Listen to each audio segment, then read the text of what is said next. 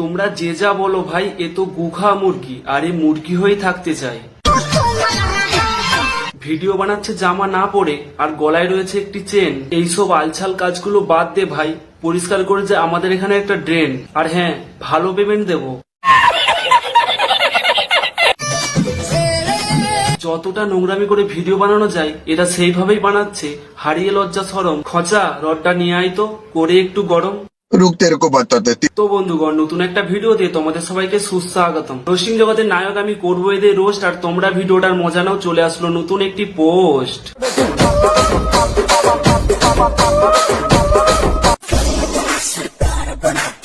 বাদশা গানটা বানিয়েছিল মানুষদের জন্য, আর এইখানে যে কিছু মুরগি এসেও এই গানটাতে লিপসিং করে বেরিয়ে যাবে, সেটা বাদশা কোনোদিনও ভাবেনি।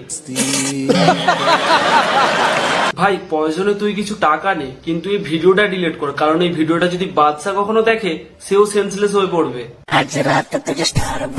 নিজেই পথ ঘষছে, সে আবার অন্য কাউকে স্টার বানানোর কথা বলছে। দালালিটা একটু কম দে ভাই।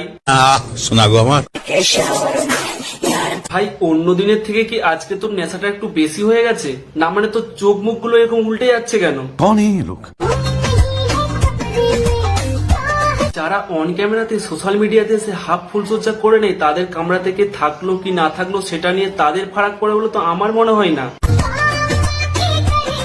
তোদের তো একটাই কাজ, ক্যামেরা অন করে সোশ্যাল মিডিয়াতে এসে নোংরামি করা। এর বাইরে আবার তোদের কোনো কাজ আছে নাকি? সঠিক বলেছেন। দেখ, তোর ডাউটটা আমি ক্লিয়ার করে দিচ্ছি। ও বিশ্ব বেইমানি না, ও হলো ইন্টারন্যাশনাল ছাপড়ি। ও একটা বাজে লোক। আর কিছুদিন পর ওকে আমাদের ওয়েস্ট বেঙ্গলের ছাপড়িসি প্রকল্পের ব্র্যান্ড অ্যাম্বাসেডর বানানো হবে। বলেন কি? হ্যাঁ, এটা ম্যাচ করেছে বলতে পারিস। একবার নাম না নিয়ে ডাক। ডাকিস না রে বোন, তুই নাম না নিয়ে ডাকলে ওর মুখ থেকে এক্ষুনি থুতু বেরিয়ে আসবে। শুনছো? বারণ করলাম, শুনলি না তো? সব क्या देखना पड़ रहा। আর তুই কেমন ছেলে রে ভাই, বউ নাম না নিয়ে ডাকলে তোর মুখ থেকে থুতু বেরিয়ে আসে? কি মানা যায়? এর সাথে কোন প্রাণীর তুলনা দিই বলতো? এর সাথে তো কোনো প্রাণী ম্যাচ খাচ্ছে না, কারণ অন্য প্রাণীগুলো তো এর থেকে অনেক গুণেই ভালো। ওগো শুনছো? কি অবস্থা ভাই, সোশ্যাল মিডিয়াতে এসে এরা একদম হেগে ফেলছে। আর এই মেয়েটা, এই ছেলেটা সারাদিনের টর্চার গুলো যে কিভাবে সহ্য করে সেটা ভগবানই জানে। এইরকম ছেলে যদি আমাদের পাড়াতে থাকতো, কবে ওকে আমাদের পাড়া থেকে বয়কট করে দেয়া হতো। আচ্ছা। আর এই মেয়েটা দিনের পর দিন এই প্রাণীটার অত্যাচার সহ্য করে চলেছে।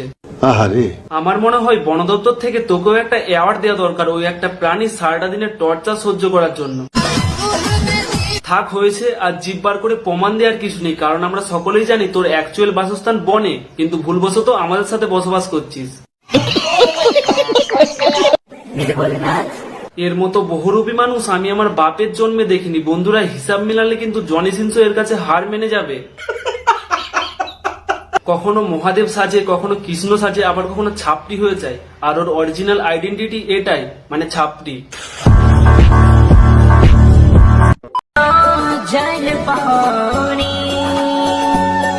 গার্লফ্রেন্ডকে ওয়োতে নিয়ে যাওয়ার সময় তো মাস্কটা খুলেই রাখিস, তাহলে মন্দিরে নিয়ে আসার সময় কেন মাস্কটা পরিয়ে রেখেছিস?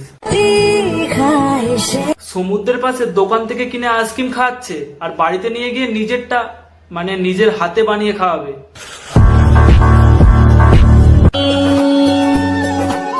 এ মনে করে এর গার্লফ্রেন্ড একদম বিশ্ব সুন্দরী, ভগবানকেও ওর গার্লফ্রেন্ডের মুখটাও দেখতে দেবে না। তুই আর কি বলবি? বলবো তো আমি।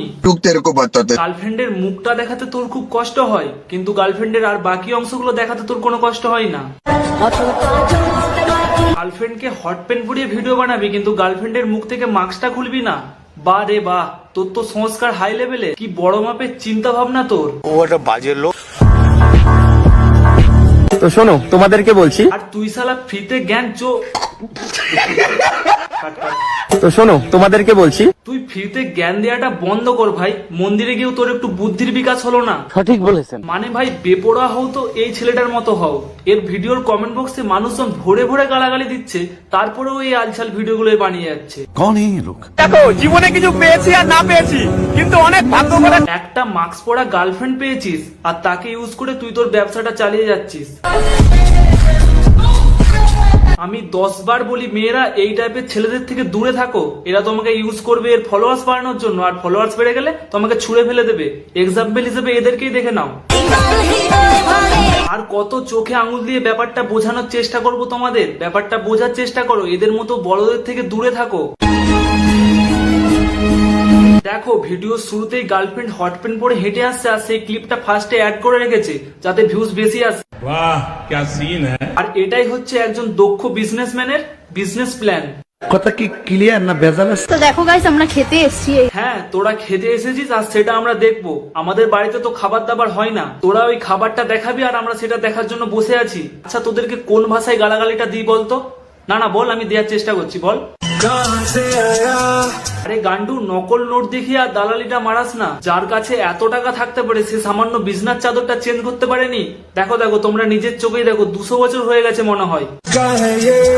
আর এই গান্ডু মালটা এই নকল নোটগুলো নিয়ে ফুটানি মারছে। সম্পর্কে একটা মেয়ে কি চায় জানিস? কি চাই বলে ফেলো। মেয়েরা শুধু চায় তার ভালোবাসার পরিবর্তে একটু যত্ন আর একটু সম্মান। নাটকটা একটু কম করো প্রিয়। তুমি যে ওর টাকা দেখে ওর সাথে প্রেম করছো সেটা আমাদের বুঝতে আর কারোরই বাকি নেই। নাটক কম করো প্রিয়। সবই জাল নোটের কামাল। কি হয়েছে? কি হয়েছে আমার বল? তোকে আর কি বলবে, পাতা টাতা খেয়ে এসে মাথাটা গরম হয়ে গেছে, ওই জন্য বৃষ্টিতে এসে মাথাটা ঠান্ডা করছে। এই জন্য বলি নেশা করলে একটু দামি নেশা কর, সস্তার নেশা করিস না। ঠিক হয়ে যাবে, হ্যাঁ সব ঠিক হয়ে যাবে। আরে শালা মাথা মোটা উল্লুকটা আবার কাঁদে। পাগল, আরে সব ঠিক হয়ে যাবে। আরে যাওয়া। আরে ভুলভাল ক্যামেরাম্যান নিয়ে কি আর ব্যবসায় উন্নতি করা যাবে? ও যখন কাঁদছে ওর বান্টুতে ফোকাস করাটা উচিত ছিল, কারণ ওই সময় ওর বান্টুর কি পরিস্থিতি ওটা দর্শকরা দেখতে চায়।